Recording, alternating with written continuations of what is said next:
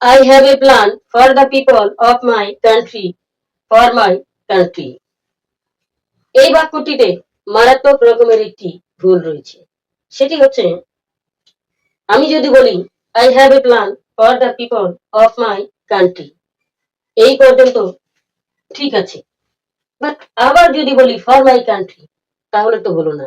কারণ তখন কথাটি রিপিট হয়ে যায়, ঠিক আছে, শুনতে খুবই অস্বাভাবিক লাগে।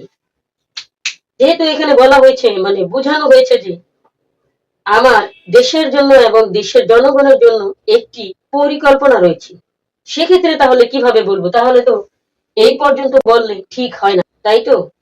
তবে সেক্ষেত্রে সেন্টেন্সটি অন্যভাবে বলতে হবে, এইভাবে না, ঠিক আছে? I have a plan for my country and its people. এই বাক্যটি হচ্ছে সবচেয়ে ন্যাচারাল, শুনতে স্বাভাবিক শোনায়, ঠিক আছে? উপরের বাক্যটি ভুল।